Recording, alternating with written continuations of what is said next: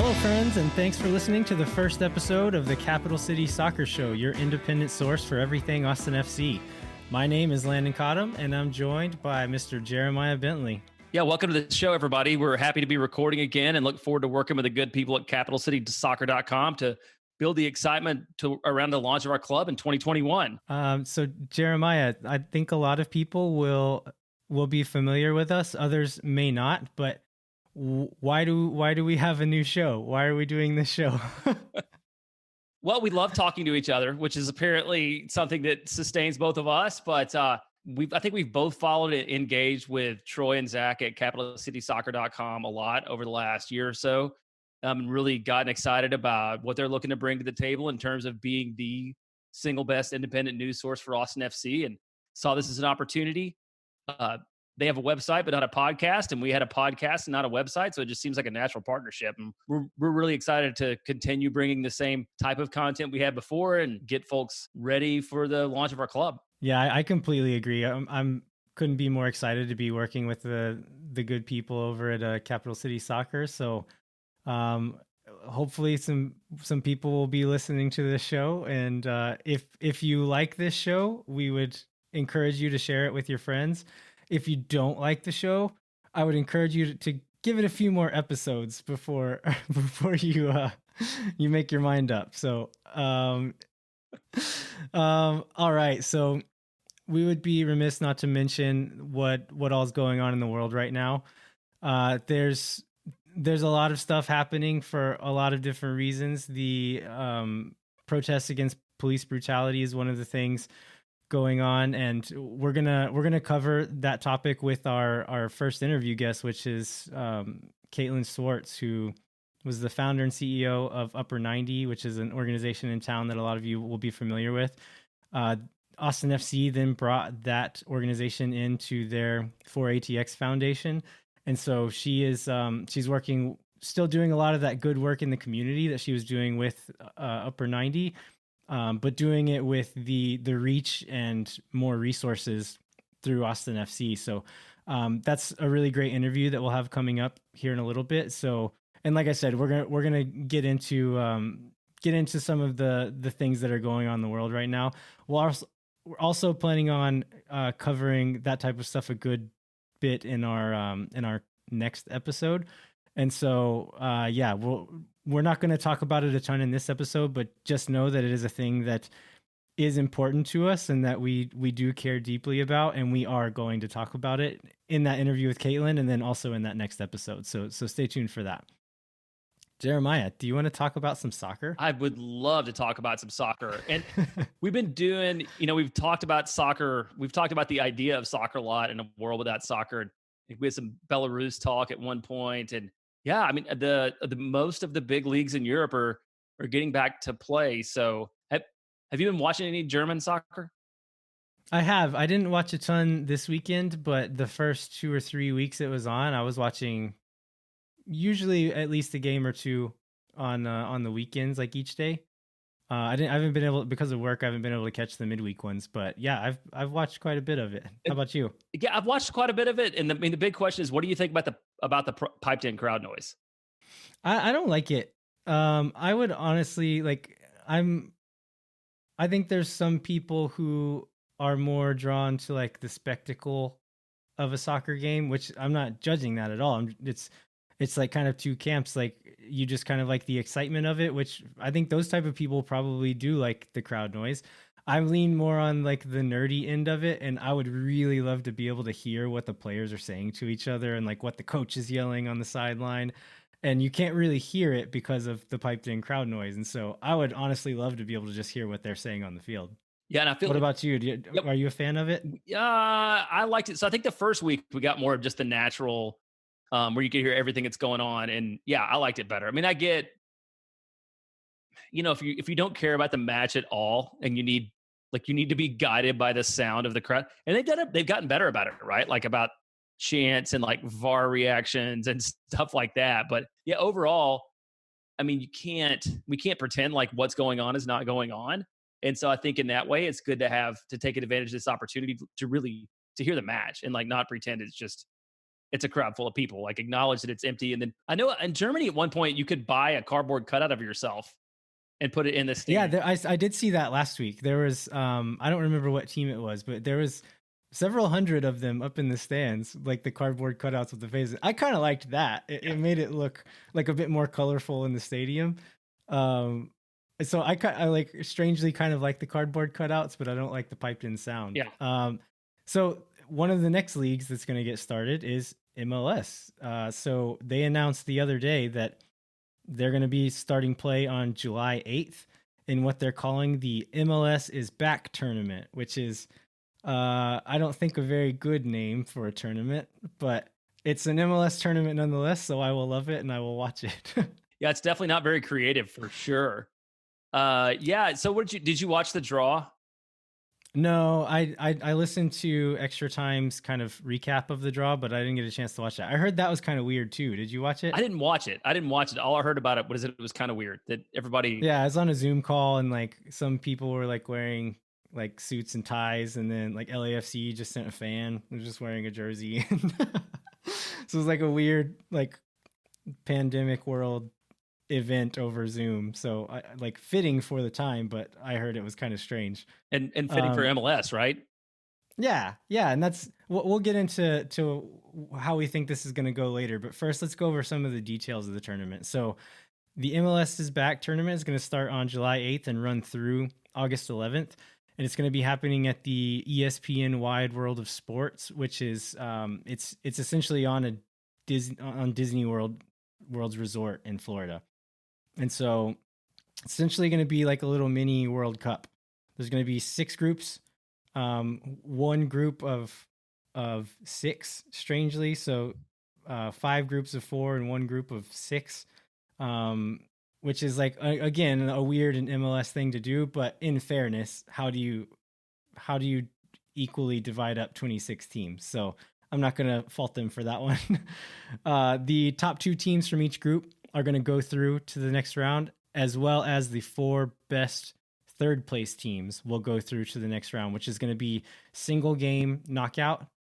And there's not going to be any extra time in those games. It's going to go straight to penalty shootouts. Not penalty kicks, not penalty shootouts. I think it would make it more exciting if they did like NASL style penalty shootouts and make it as American as MLS as ever, but I don't think they're going to do that. The winners are going to get a CONCACAF Champions League berth, that's pretty good. And then $1.1 million in prize money. So about the money, it wasn't very clear where that money was going to go initially. And I've done a bit more research, and it seems like it will go to the players, which I think it should go to the players. It's split between, so there's 23 people on the roster. Split between 23 people, it's like $43,000 a piece or something like that, which for your top earning players isn't that much, but for most MLS players, that's good money. Like that's really good money for most of them. Yeah, it is. And for, I mean, they're putting themselves through a lot too to do that. So I was looking at this. So they're going to begin arriving in Orlando on June 24th, and they have all these medical and testing protocols they have to follow. They have to follow through. And I guess I think it's 7 days before the first match is as late as people can arrive, so that they make sure that everybody's healthy and safe and ready to go when they play. Have you looked at the bracket at all? Not very closely. Yeah, I took a quick look at it today, and I think I guess poor Houston is what I have to say mostly. So they're in this group F with LAFC, LA Galaxy, Portland, and Houston. So I feel like there's not much of an opportunity that they'll have to be one of the top 4 out of or one of the top 3 out of their group. Sorry, for sure. Yeah, I mean, you say that, but this is going to be a weird tournament, right? Like, so mentioning the money leading up to the announcement of this tournament was some pretty contentious negotiations between the Players Association and the league, where essentially they had their collective bargaining agreement earlier this year.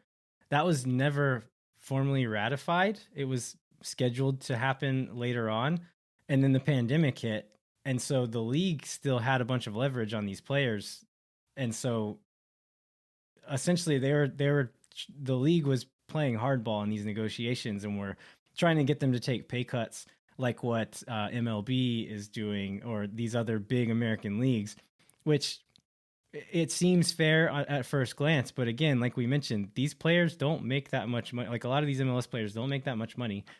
And so it's not only that they end up taking a pay cut, but they're also then being asked to go do this tournament, which could potentially be dangerous, is taking them away from their families for an extended period of time. And this is a thing that is not in their contract that they technically probably don't have to do. So again, I hope that prize money goes to them, but also there might just be teams that just don't care about this tournament and aren't going to put a lot of effort into it. So maybe LAFC or LAF Galaxy doesn't care about the tournament, or I think was it Chicharito, one of the like big name players has a pregnant wife right Vela. now. Carlos Vela. Was it Vela? Yeah. Okay, I couldn't remember who it was. A pregnant wife, and I could very easily see someone in that situation saying, "Yeah, I'm not going to go," and so maybe LAFC doesn't look that good, and they don't care that much about it. And Houston works really hard; they're used to the heat and the humidity, so Orlando's not going to phase them. Maybe they go through. Who knows? Yeah, who knows? Yeah, Orlando. It's weird that both, and there's a reason for it. I guess because Disney's just such a huge complex that both MLS and the National Basketball Association are both doing their sort of short form, whatever they have tournament, both in Orlando at Disney properties. But I guess they're better set up for it than anybody else. Yeah. So I was gonna say, sorry. Go ahead.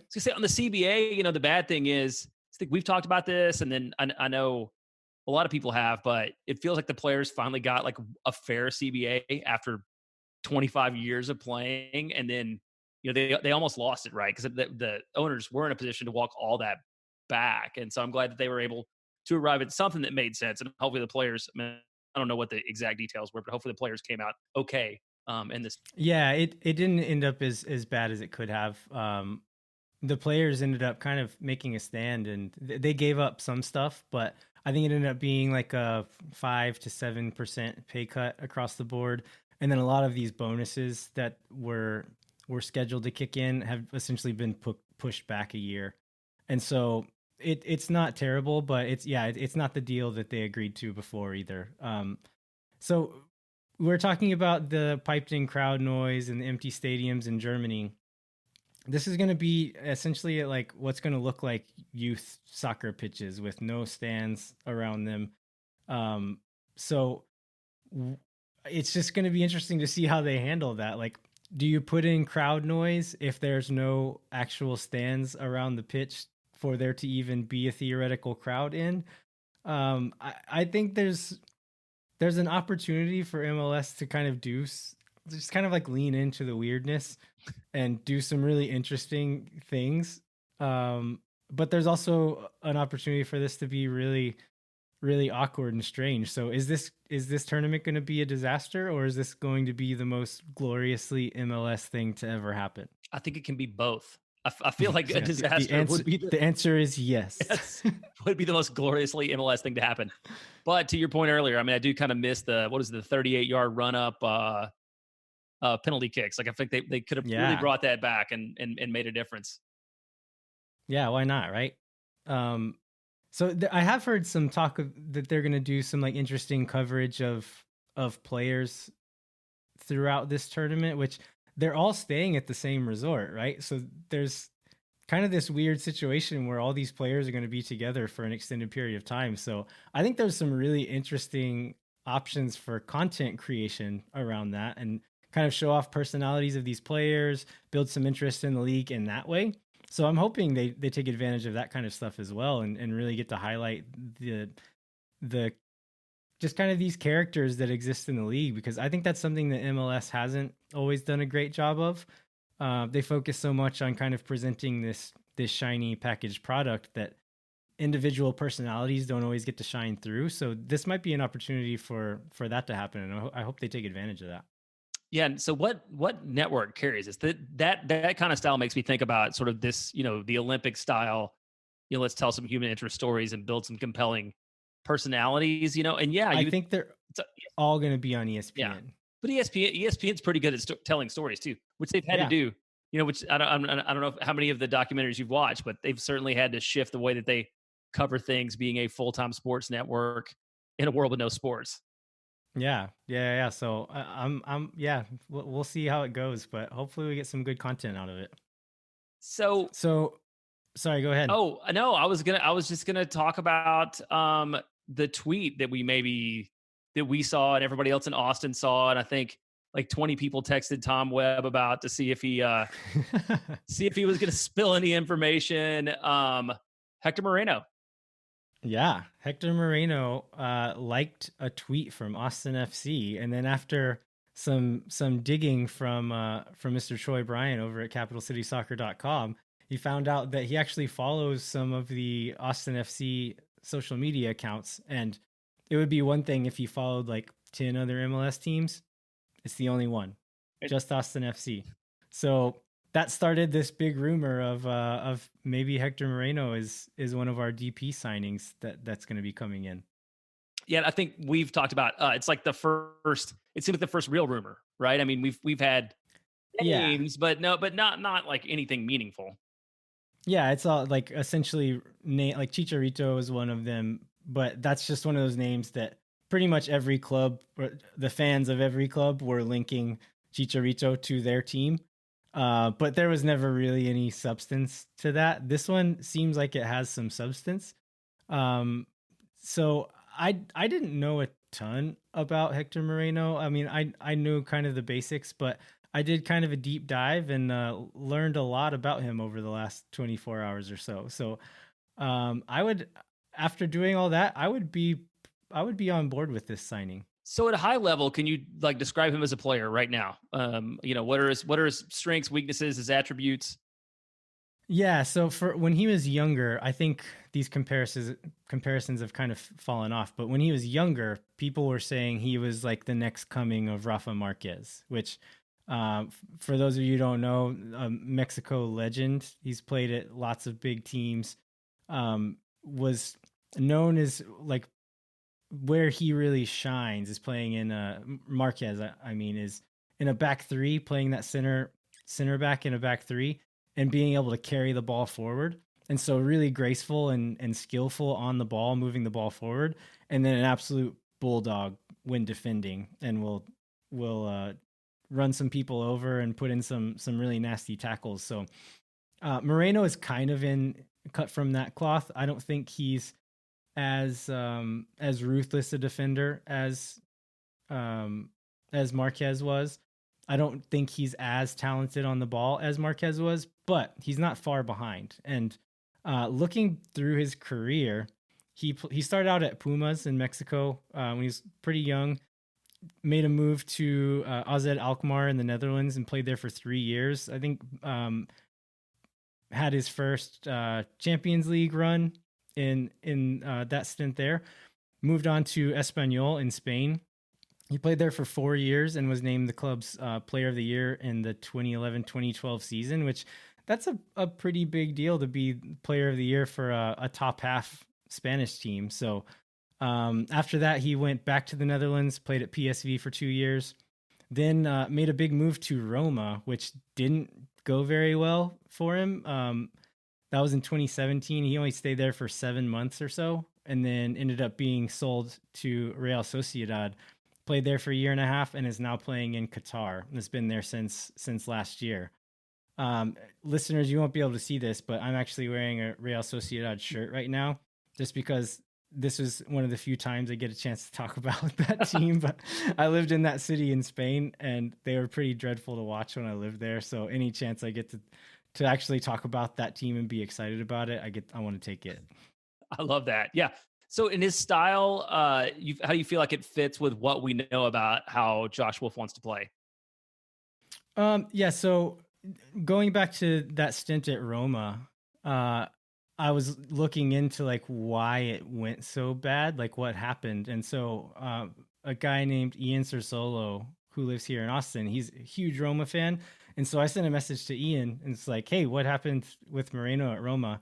He essentially said that Moreno just didn't have the tactical understanding required to play at a top team in Italy. He'd played in Spain and Netherlands. Those leagues are very attack focused. And so he was usually tasked with carrying the ball forward, being kind of an attack minded defender. But Italy has the reputation of being very tactical, very defensively apt. And he realized when he got there that he just couldn't do it. And there was a quote from Moreno himself saying that I didn't realize that I didn't know how to defend until I got to Italy. And he said he learned more in those 7 months in Roma than he did in the previous 10 years as a professional. So, um, yeah, he not tactically gifted enough or smart enough to play in that high level of a team, but with a team like if Josh Wolf is going to set up a team anything like what Greg Berhalter likes to do, and I think he will, I think it's going to be a similar thing. Um, Moreno is good on the ball, very comfortable on the ball, likes to play long passes forward. So I think in that regard, he will fit into a Josh Wolf system quite well. And then he's not a bad defender by any means. He's athletic. He's a good one-on-one defender, just maybe not as tactically astute as you would need to be to play for a top Italian team.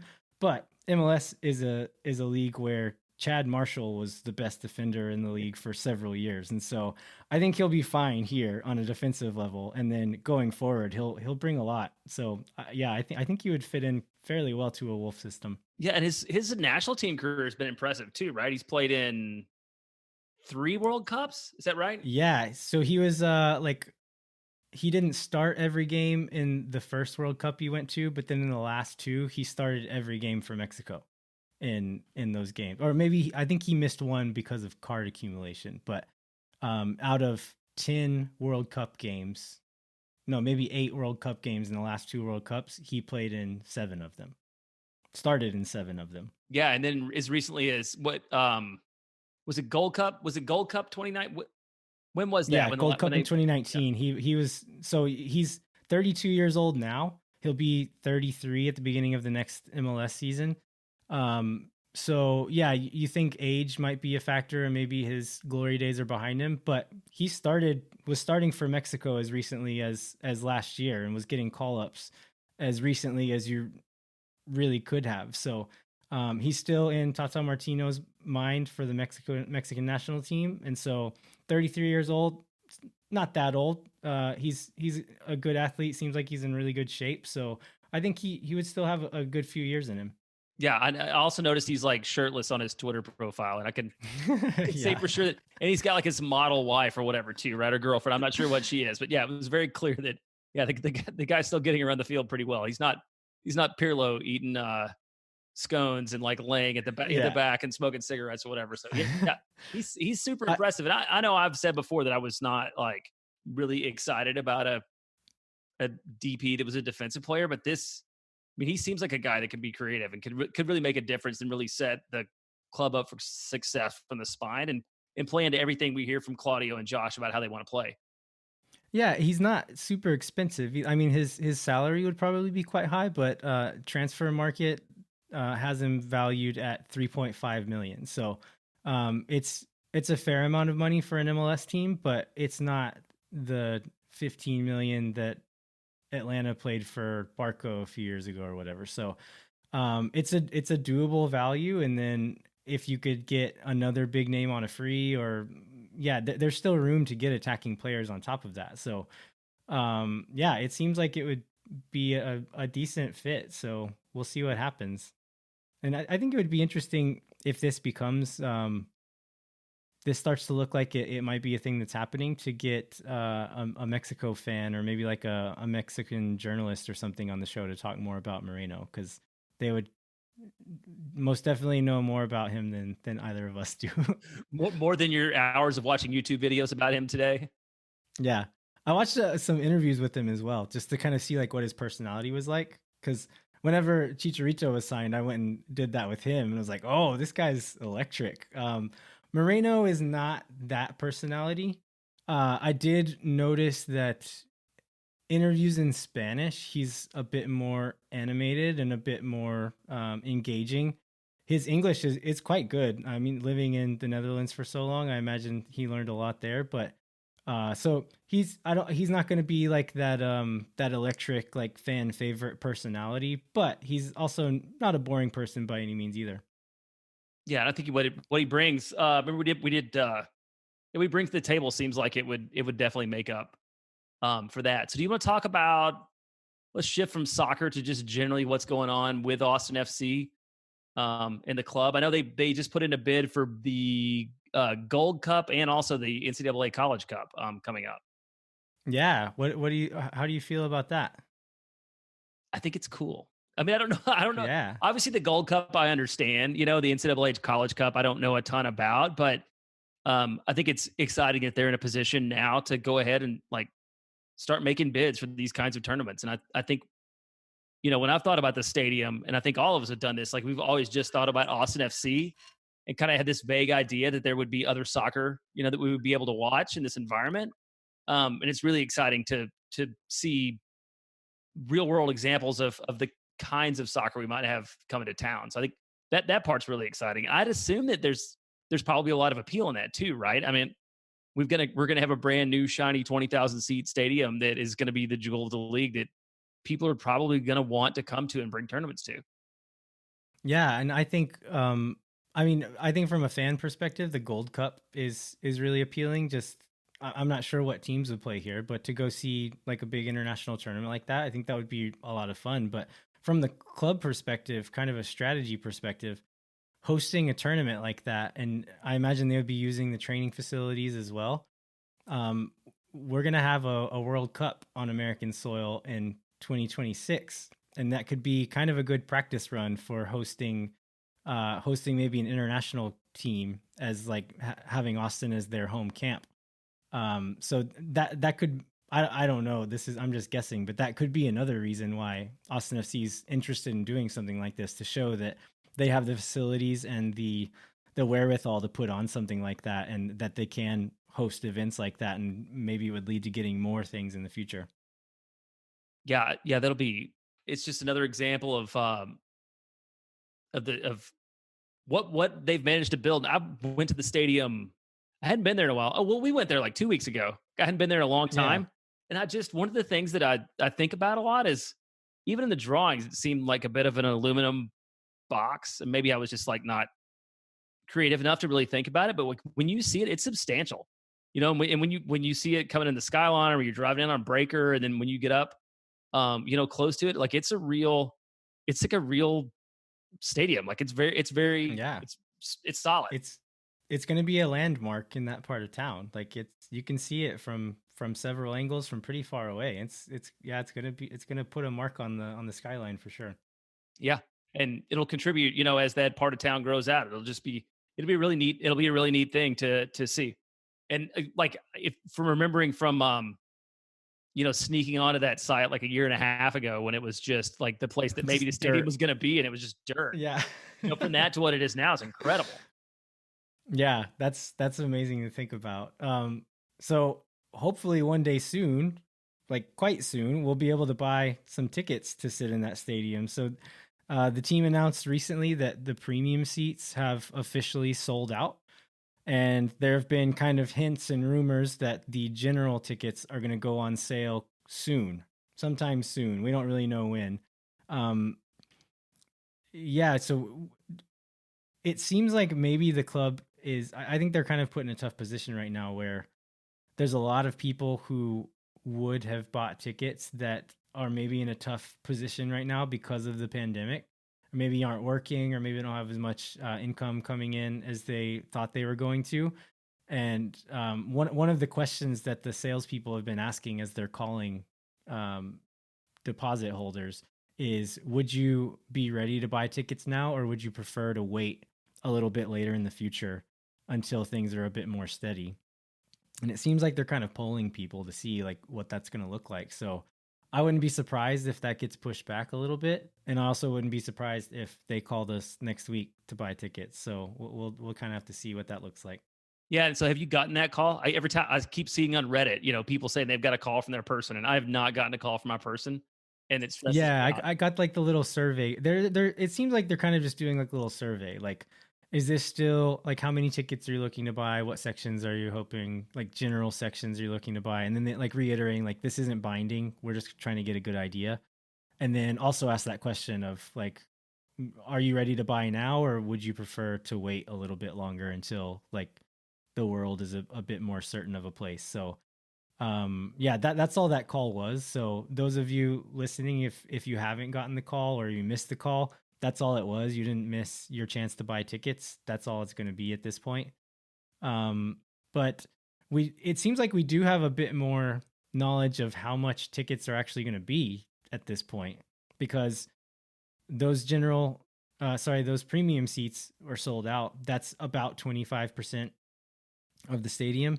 Andy Lochnane's been saying for a year or so that that the rest of the stadium would be sold at $48 or less per match when bought in like a season ticket package. So just by doing that math, it seems like the most expensive seats in the stadium of like what's left to buy are going to be like just over $800 for a season ticket membership, which it's not as high as I was afraid it was going to be. Yeah, yeah, I feel the same way that there's gonna be some decent value in the stands. They're not gonna max everything out the first year. You know, I know like I do worry a little bit about the LAFC thing because if I remember right, LAFC had very reasonable supporters in general seeing the first year, and maybe they went up by like 50% in year two.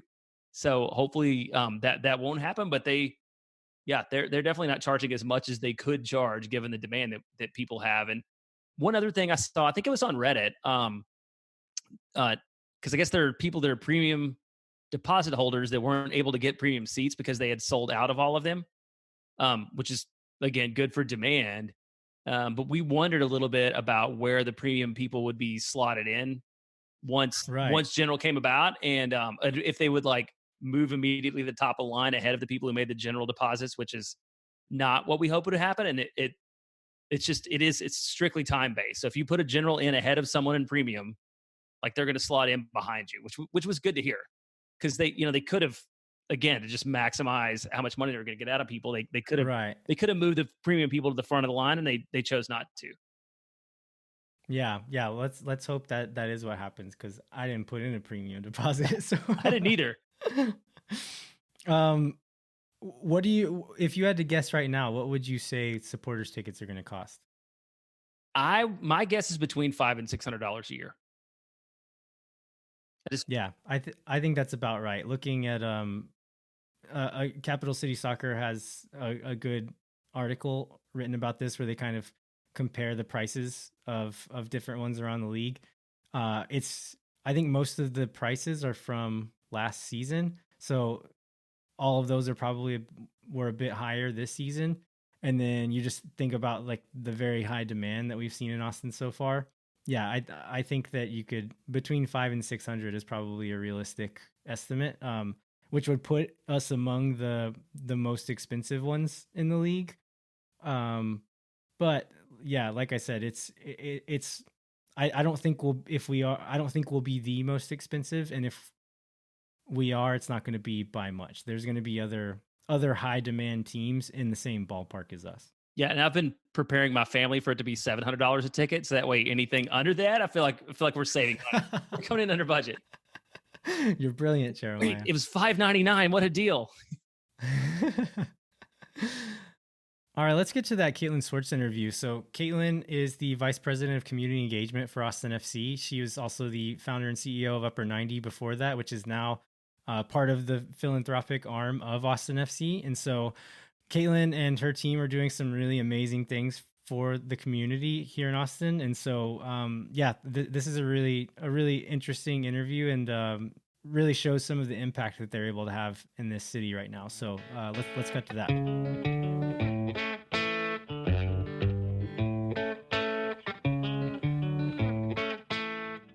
Kaitlin, thanks so much for joining us today. Thanks so much for having me. All right, so your current title is the Vice President of Community Engagement for Austin FC, but before joining Austin FC, you were the founder and CEO of Upper 90. So Tell us what Upper 90 is. I think a lot of our listeners will already know a bit about it, but some of them may not. So tell us what Upper 90 is and the story of how it came about. Sure. So Upper 90 is now a program of 4ATX Foundation, which is the nonprofit arm of Austin FC. And it is a positive youth development program that uses soccer as an educational tool to really just help low income students find success in the classroom, on the soccer field, and in life. So the program started a little over 3 years ago. And we just see our whole philosophy is that soccer is an incredibly powerful tool. And we are using that tool to really engage students who just don't have the opportunity to play soccer and learn and grow together. So we have a curriculum that combines soccer with social emotional learning, restorative justice, and mindfulness. And we use that curriculum every day at practice, really just to help kids kind of identify their strengths and build on them and learn and grow together. Hey, Kaitlin, so can you talk a little bit about so in normal times, what does that practically look like, as far as the setup of a session? Yeah, so in normal times, we are at schools. So kids literally walk out of the classroom and come outside to the soccer field, and we're there to greet them 2 days a week after school for 2 hours. So if you come to practice, it'll look a little bit different than a normal soccer practice. We definitely do, skills and games and that sort of thing, but we also have a lot of different kind of SEL exercises baked in as well. And in the middle of practice, we stop and we sit down in circle.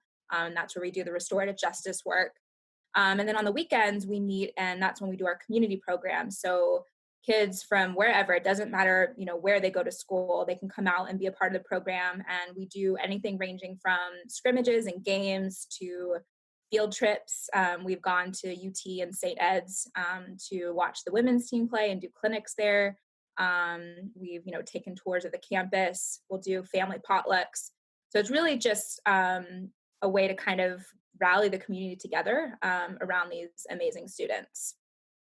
Yeah, and one of the things I love about what y'all do too is you talked about the community potlucks, but you involve the parents also, right? Which I think as we know, is really important to the work. So, can you talk about some ways that you get them involved?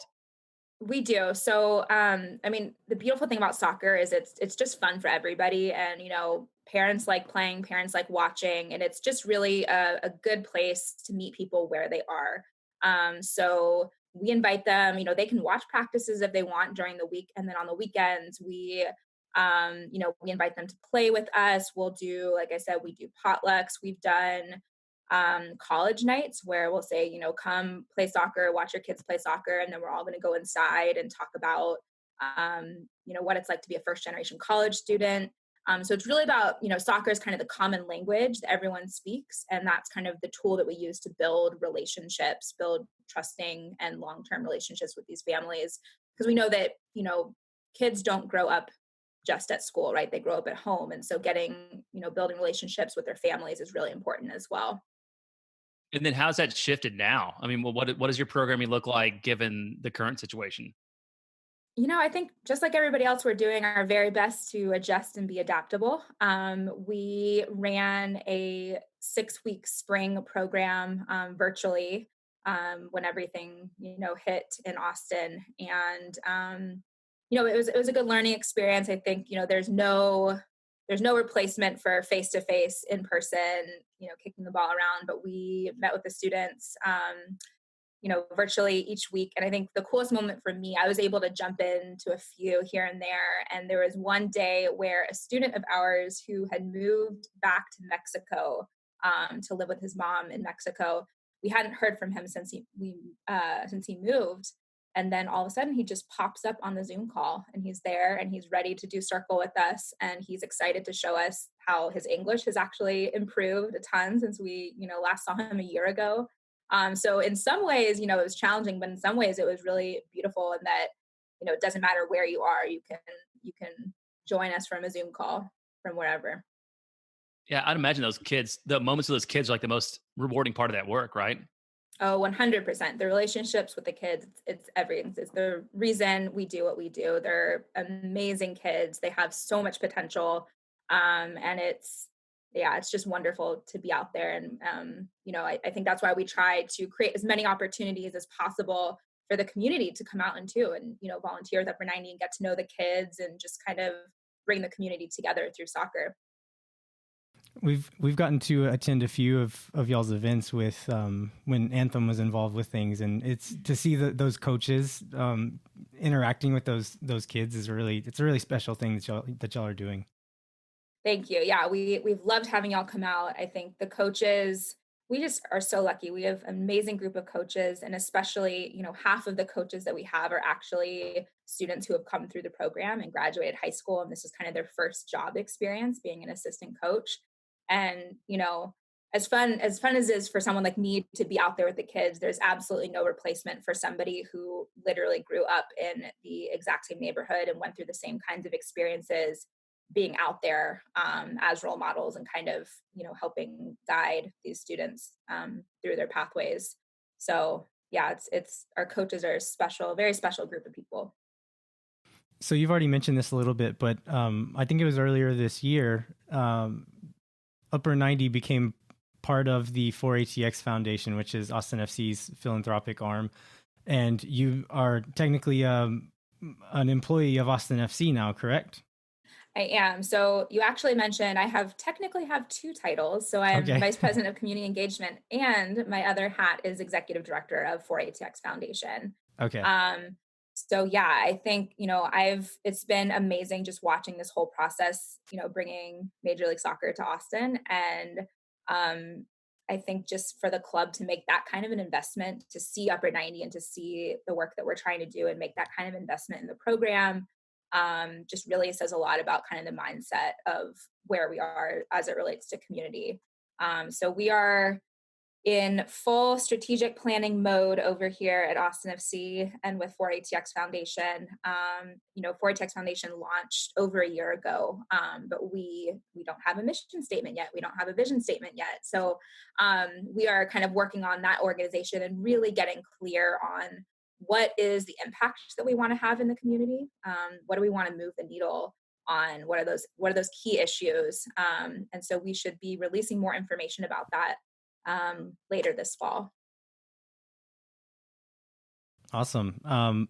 So with all of the protests that are going on across the country right now against police brutality, there's been a lot of companies and sports teams put out pretty bland statements that were very, very clearly trying to be seen as doing the right thing, but also trying not to offend anyone.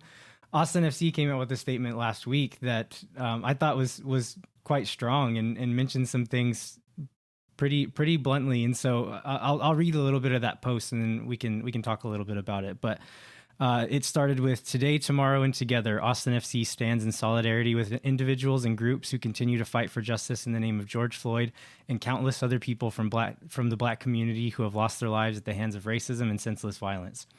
It then goes on to mention some other things, but essentially it's the club challenging themselves and calling out specific areas where they plan on trying to make Austin a better place in this regard. And so one of the things they mentioned was Upper 90 and the 4ATX Foundation. So can you talk a little bit about what that mission is going to look like? Yeah, I'm so glad you brought this up. When George Floyd was killed, and Breonna Taylor, and the protests began, we kind of sat back and we listened and we talked a lot internally every single day. And I think from the very beginning, we knew we wanted to say something, but we also really knew that we wanted to do something, because words mean nothing if they're not backed up with action. And so I think just even that process of internally, just everybody having their voice heard and having a say in kind of, how we want to shape our club's, not just response to this, but really our long-term strategy. Racial justice work was always going to be a part of the work that we do, because it is, it's been a focus of of Upper 90s work since the beginning. And it makes sense. Austin is amazing city, full of diverse groups of people. We obviously have our own problematic racial history that needs to be reconciled. But I think just that entire process, it gave me personally a lot of energy. There's just a lot of work to be done, and I love how you say, we challenge ourselves, because I think that's exactly what it is. It's okay if it's uncomfortable. It's okay if we mess up. It's okay if we're not perfect. That's the point. It's a challenge, and I think it's one that we are all as a club really ready to take on. So I had mentioned before that Upper 90 does restorative justice work. And if I've been spending a lot of time, I'm a white woman, and I've been spending a lot of time listening and reading things from Black leaders in this movement. And one of the things that I've seen a lot, particularly from Black educators, is a call for more racial justice work. Restorative justice work. And so restorative justice, for those who are not familiar, it's actually a philosophy that comes from the Indigenous community. So it's something we borrow at Upper 90. And it's all about kind of building relationships and championing equality and equity and justice. And it's a really complicated concept to communicate about. But what we do at Upper 90 is we do the first kind of tier of restorative practices, which is community building circles. If you get into the kind of deeper parts of restorative justice, none of it works if there isn't this first kind of foundation of trusting relationships. And so the whole idea is about building relationships so that when there is harm, when something does happen in a community, rather than just punishing someone and sending them away, you repair that harm and you bring people together to talk about it and figure out, how do we heal from this harm, and how do we move forward in a way where everybody feels like they can, be productive members of this community, as opposed to just sending people away and outside.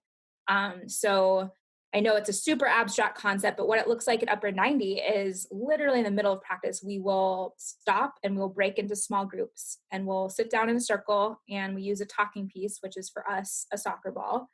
And each coach is trained in circle keeping. And we ask different questions, and, we pass the soccer ball around, and each student and each person, who joins us for practice has a chance to answer. When you get the talking piece, it's your chance to talk. And when you don't have it, it's your chance to listen, which can be really hard for people like me who love to talk. And at the beginning, we ask questions like, who's your favorite soccer player? What's your favorite team? Just really basic questions, just to get, people talking and getting to know each other. And then as the program goes on, we start to move into deeper topics, like identity and, the challenges you might be facing at home, and, pressures you might be feeling. We talk about race all the time. And so it's really just a chance to get people talking to one another and getting to know one another on a really meaningful level. And I think that's the magic of Upper 90, is really in the restorative justice work. And so we've been having conversations around, how can we expand this work? How can we do community circles and bring people from the larger Austin community into circles? And so we're exploring strategies to kind of expand this work right now. And I know, we're by no means the only people that do this work in Austin. There are a lot of people that have been doing this work far before Upper 90. And so I think, looking into potential partnerships, but regardless, using the philosophy as a way to build trusting relationships between people in the city of Austin is something we want to prioritize as a club. Yeah. One of the things that we talked about this when, I think in the lead up to y'all's big fundraiser last year, and sort of how we would participate. And you told me, I'm going to mess this up, but you told me a really good story about a real specific success story with a kid through the circles. Like, can you share that again if you remember that? I don't know if I remember the exact story, but there are so many, so I can pick one. Give us one. Give us one. Yeah. Let's see. One of the ones that I think is just kind of a simple way to kind of show the way this works is we were doing a circle a couple years ago, and we were talking about something. I think the topic was family. And one of our sixth grade students, we had heard from the school, actually, the student had stopped going to class, would leave class or fall asleep during class, or just wouldn't show up. A lot of times they wouldn't show up to school and then would pop out onto the soccer field and magically be there for practice. And so we kind of said, okay, let's use this instead of punishing this kid and, punishing them for not going to school. Let's see if we can use this relationship that we have with this student and see if we can get a little bit of information about what's going on.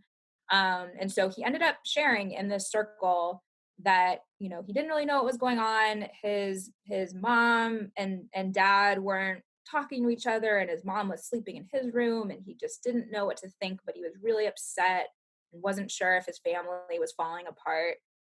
He said, his dad had been drinking, and he just didn't know what to make of this. And so first of all, it was just us finding out that information, that we were the first adults in his life that he had shared this with. And so we were able to connect him with a school counselor that he had a relationship with, and just kind of facilitate that process of getting him the support that he needed so that he could return to the classroom and feel comfortable. He ended up sharing that the reason he wasn't going to class is because he would start crying, and he was afraid that if he cried in class, his friends would make fun of him. So just identifying that that's what was happening in his life was really important. But the other really beautiful thing that happened in the circle is that there was an eighth grader in the circle as well who said, hey man, my parents actually got divorced a few years ago, and my dad was drinking. This was something that happened to me. I know exactly how you are feeling. If you ever want to talk about it, let me know. We can talk. And I think just for that sixth grader, the eighth grader happened to be an amazing soccer player. And I think for him to see that this was something that he's not alone in, and that someone that he actually looks up to through soccer has experienced something like this, and that relationship never would have happened if we hadn't used Circle to kind of create a safe space for both of those students to share those things. Yeah, that's beautiful. I think this is the most times I've been on the verge of tears in an interview. I know. Upper 90 kids will make you cry, and they'll make you laugh, and they'll make you smile, and everything in between. And from this year, right? Is that right? Can you talk about, aren't you expanding the program? Expanding the Upper 90 program? Yeah. So that was the plan. And then, COVID turned everything upside down. And, we've been talking every week about what we're going to do. And we've been talking with other groups, in the similar space. And what we've decided is it works best for us to begin building those relationships with students in person. And so because it's, I know AISD just came out with an announcement yesterday, but because everything is so up in the air in terms of what'll be possible with athletics and doing, in-person stuff, we ended up deciding to just stick with the schools that we have, and then we're exploring a couple of other ways that we can begin to introduce the program to more kids. But we're not going to be this fall, we're not going to be bringing the full version of the program to a new school, but hopefully in the spring, that might be a different story. Are there any other projects that you or the club are working on right now that you would want to highlight? Oh, so many projects. Yeah, I think just going back to the racial justice work, I know we had kind of 4 action items that we shared in that post. And one of them is that we're going to be establishing a forum, a community forum for us to kind of do this work together. So we are working right now on putting the plans together for exactly what that'll look like, but it's likely to be a combination of kind of an in-person meeting. Maybe we do circles, maybe we do kind of a town hall style meeting, something where we can bring people together and listen to experts who have been leading this work for years, and get people talking and sharing, as well as a digital forum. So some way where people can, especially right now when we can't meet in person, that people can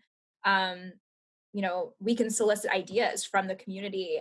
We want to hear, this is a club for all of Austin. And so for people who have thoughts on what they would like to see us doing and what they think we should be doing, we definitely want to be listening to that and making that a part of our strategy. So those are two things for people to keep their eyes and ears out for to come. And then I think, like I said, we're in planning mode this whole year. And so this fall we'll be making some announcements just about kind of what our focus is going to be as a club and as, the 4ATX Foundation, kind of what our mission is going to be. So very excited about that. So if so, for anybody that happens to listen to this and like get super excited about it getting involved, because like Landon said, your work is very meaningful. Is there a way that listeners can do that? That's a really good question. I would say I will meet with anybody. I will listen to anybody. So if you can find me on social media or reach out to us via email if you have ideas and want to kind of get that conversation started. Would love to hear from you. People message me a lot through Twitter, and I think that's a really great way to kind of start those conversations. So Kaitlin, I think I told you this a while back at one of the Austin FC meet and greets, but whenever they announced that Upper 90 was becoming part of the 4ATX Foundation and they were bringing you guys on board, there's always names being announced, being hired for different positions, and a lot of them look really good on paper, but your announcement was one of the ones that we had already seen what you could do. And so I know a lot of us were very excited to have you on the team and to also see that Austin FC is committing to doing some of these things. And they could have put out the first part of that statement, right? And just said, we're going to do better. But they went ahead and put out the second part as well, saying, this is how we're going to try to do better. Hold us accountable. And so I really loved that they threw their hat over the fence on that one and named specific things that they're going to try to do. And yeah, it's really heartening for me to see people like you involved and really get to hear what those things are. So thank you so much for sharing with us. Thank you. I mean, truly anything that I've been able to do with Upper 90 is because of the support that I've received from the soccer community. So I think it's actually just a testament to what we can all do together. And I think the fact that I'm now with Austin FC, it's really exciting to see where we're going to be able to go all together as a soccer community. All right. Well, thanks for joining us, Kaitlin. Thank you so much for having me.